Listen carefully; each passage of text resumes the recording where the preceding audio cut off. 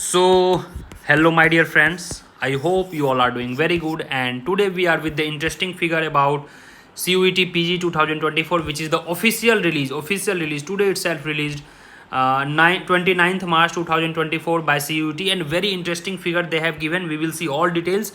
Before that, please comment in the live chat section from where each university you are and which subject you belong to. Basically, I am going to tell about interesting figures. Let us see what are the interesting figure, how many people have applied, how much competition has increased, and how many people have appeared. So all the figures here we will see. And in between, I must tell you, at Navinomics we have CUT PG Economics course and NET JRF course. Both courses are going on. Please check out at app. Link is given below. Free 20+ demo lectures are there. Please watch all those lectures and you can join. Here the all details given. So chalo, let us start the session. And this number is WhatsApp or call you can, particularly for economics inquiry only, admission related. For other things we may not serve you because this is handled by our team Navinomics. Okay, तो चलो let us start the session. As you can know that कि 11 से हमारा examination start हुआ था और 28 मार्च को हमारा एग्जाम एंड हुआ था. And apart from that 9 city, 9 जगह पे इंडिया के बाहर भी एग्जाम हुआ. ये सब सिटी है Manama, Dubai, Kathmandu, Muscat, Riyadh, Ottawa, Abu Dhabi, Vienna and Qatar. Okay, so these were the dates.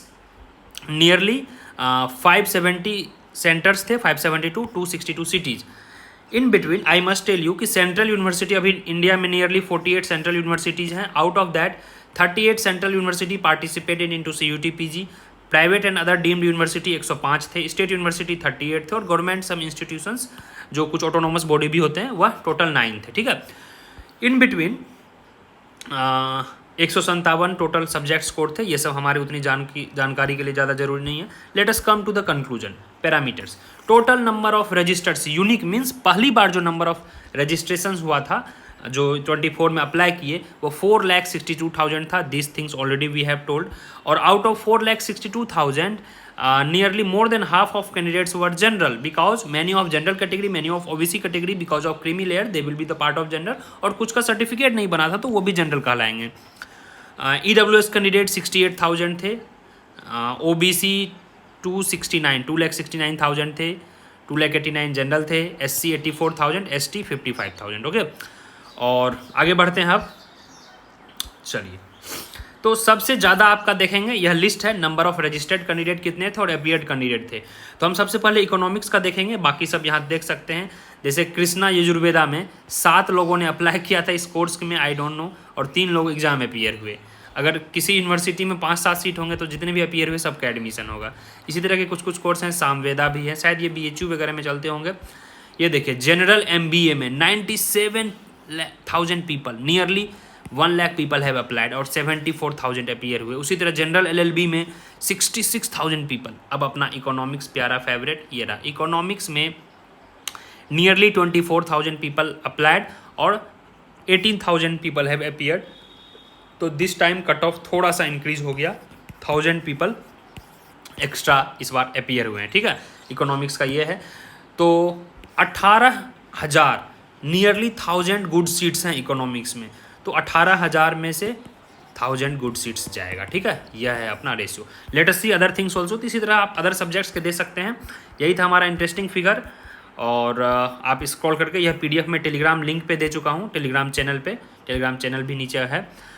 Total जो थे इतने बच्चे 7,68,000 बच्चे अपीयर्ड हुए. ऐसा यह फिगर ज़्यादा इसीलिए हुआ, 4,62,000 रजिस्टर्ड थे क्योंकि एक बच्चे जो थे 2-2, 3-3 सब्जेक्ट में भी अपीयर्ड हुए हैं, जिस कारण से यह ज़्यादा फिगर हो गया. ठीक है.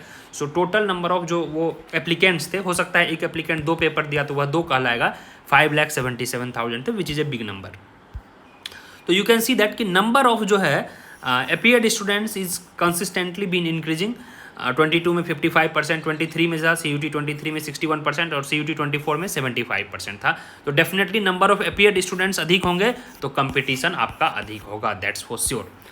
चलिए, wish you good luck. Hope कि आपका रिजल्ट जल्दी आ जाएगा. यहाँ पे उन्होंने क्लैरिफिकेशन किया है कि इन ऑर्डर की सिस्टम में ट्रांसपेरेंट रखा जाएगा. Challenges received online will be taken before the concern subject matters. The result will be based on the answer की, फाइनल आंसर की, और यही वेबसाइट पे दिया जाएगा. ठीक है, सारे शिफ्ट का एग्जामिनेशन आपको इसी पे दिया जाएगा. और उम्मीद करते हैं कि आपका जो इनका जो रिजल्ट था 4 अप्रैल को आ जाना चाहिए. सो मेरे लिए 4 days, after 4 to 5 days result will be announced. Thank you so much guys, stay tune, channel को सब्सक्राइब कर लेंगे सारा। अब यहाँ से सारे नोटिफिकेशंस आपको यहीं मिलेंगे, यूनिवर्सिटी कैसे ऐड करना है, कहाँ पे काउंसलिंग करना चाहिए, कहाँ पे नहीं करना चाहिए, लो मार्क्स का कहाँ पे एडमिशन होगा, हाई मार्क्स में जाए तो कहाँ कहाँ बेटर ऑप्शंस है, बजट फ्रेंडली कौन सा यूनिवर्सिटी है, for all the subjects mainly. I teach for economics mainly. तो चलो, thank you so much for all the love, all the support, stay tuned with Nominomics and please check out our courses. CUET 2025 का course चल चुका है, आप अपने batchmate या फिर जूनियर्स को एक बार इन्फॉर्म कर देंगे कि क्लासेज आर रनिंग।